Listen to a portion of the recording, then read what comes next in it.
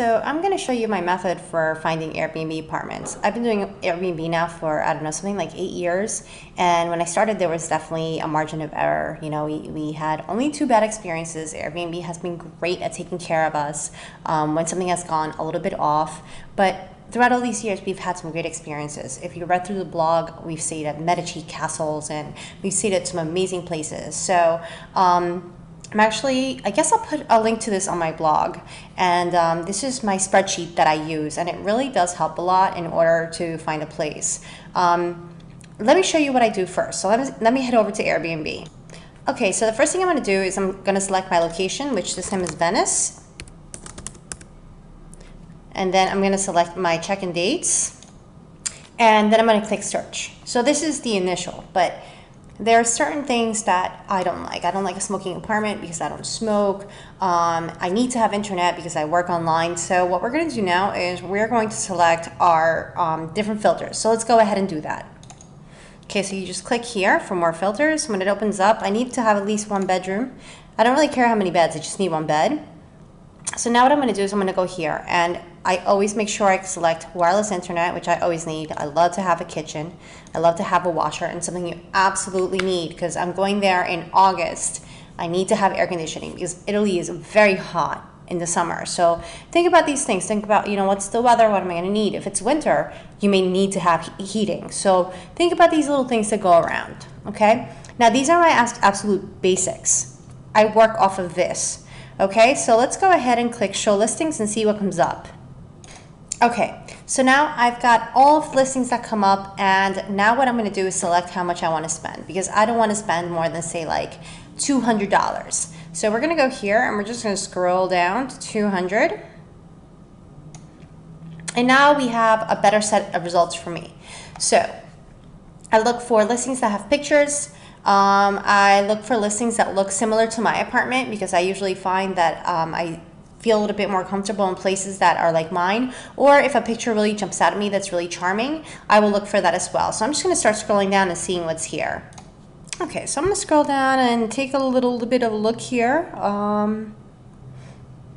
You know, this looks a lot like my apartment, so I'm just going to click it open and see what it looks like. Okay, the first thing you're going to look at is reviews. This is 4.5-star reviews, but there's 42 reviews, so that's huge. If it's 4.5 stars and it's 1 review, that might be a little iffier, but this is actually a pretty solid listing. The price is definitely right. Now we're going to look at pictures. And there's certain things that you want to look at when you're looking at pictures. You want to look to see if there's actually counter space in the kitchen. You want to see, let's look through. So the kitchen's a little small, but it definitely looks workable. I see a stove. I don't see a fridge yet. So that's something we need to ask the host when you contact them. It looks pretty spacious, but I also see there's no separation here. So if you're traveling with more than 1 person, there might be noise coming into the bedroom. So that might be an issue. Yeah, see, this apartment probably would not work as well for me. The bathroom is great though, so that's something to consider. Let's keep going. They're definitely putting a lot of attention to detail. So this tells me that they're going to be a good host. The pictures are going to tell you a lot about the apartment and what the host is going to be like. You see towels in every bed. That's excellent. A lot of hosts won't leave you enough towels and hangers. So those are things that you need to ask when you write your host. There's a lot of beds, so they're definitely making a business out of it. This is not an issue. Pictures of the neighborhood. This is a nice apartment. So if I was to contact this guest, it's already lost a couple points because of that bedroom with no doors.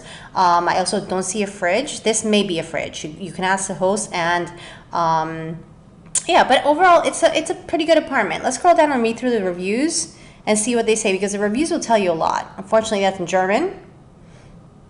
It's okay. These reviews are good, but you want to look for a host that has reviews where people are gushing. If people are gushing about the host, you know you're going to have an amazing experience. Let's look through another page really quick. This is okay, but let's see if we find one where we have some really great reviews. I'm going to go and do a little bit of a search and come right back.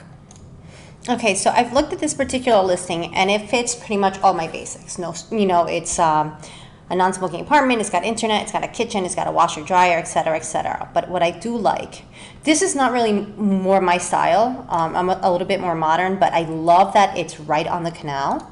I think it's beautiful. It looks very clean. It's a little bit more basic than the last apartment, but what I do like is when you scroll down, you get some really good information on the reviews.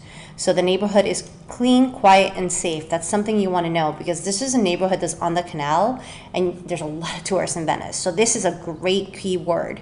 This is good. Both Beatrice and her assistant were very friendly. That's great information. Let's scroll down a little bit more. This is great. We were pinching ourselves. Beatrice was so helpful, as was her assistant Larissa.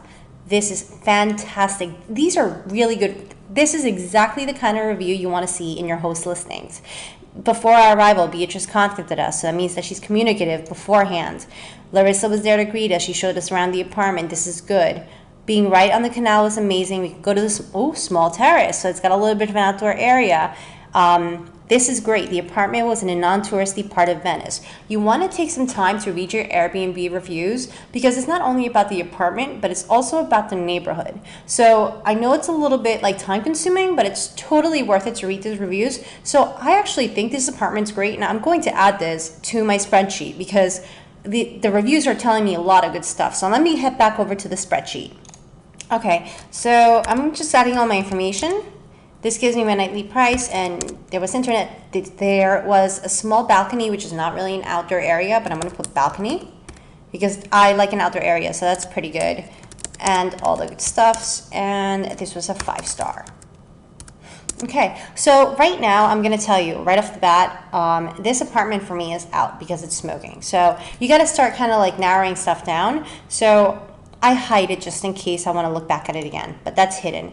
This has 3 no's, so that's gone for me. This one has no reviews and no internet. This one has no internet. These 2 are also out for me because I need to work. So as of right now from my search, I'm seeing 3 apartments so far. So what you're going to do is you're going to keep going and looking for apartments, and then you're going to choose the one that you like. So I'm just going to pause and do more of my search and come back when I'm done to give you the 3rd step in finding your perfect Airbnb apartment. Okay, so before I actually head back to what I was saying before, there's another thing you need to notice, again, with reading the reviews. Wi-Fi could have been stronger, and this is from April of 2015, and it's April 18 today. So again, some of these things that you need to look at when you're looking at your listing. So I'm going to tell you right off the bat, this one's out for me, even though it's got such great reviews. I need to be online, so you got to think about what's going to make your travel really good. So look at the reviews, make sure you read through them, okay? Okay, so the second part after you've figured out all the different apartments is you want to message your host. So an easy way to get accepted is to be personable. So you want to always mention the person's name, which I did.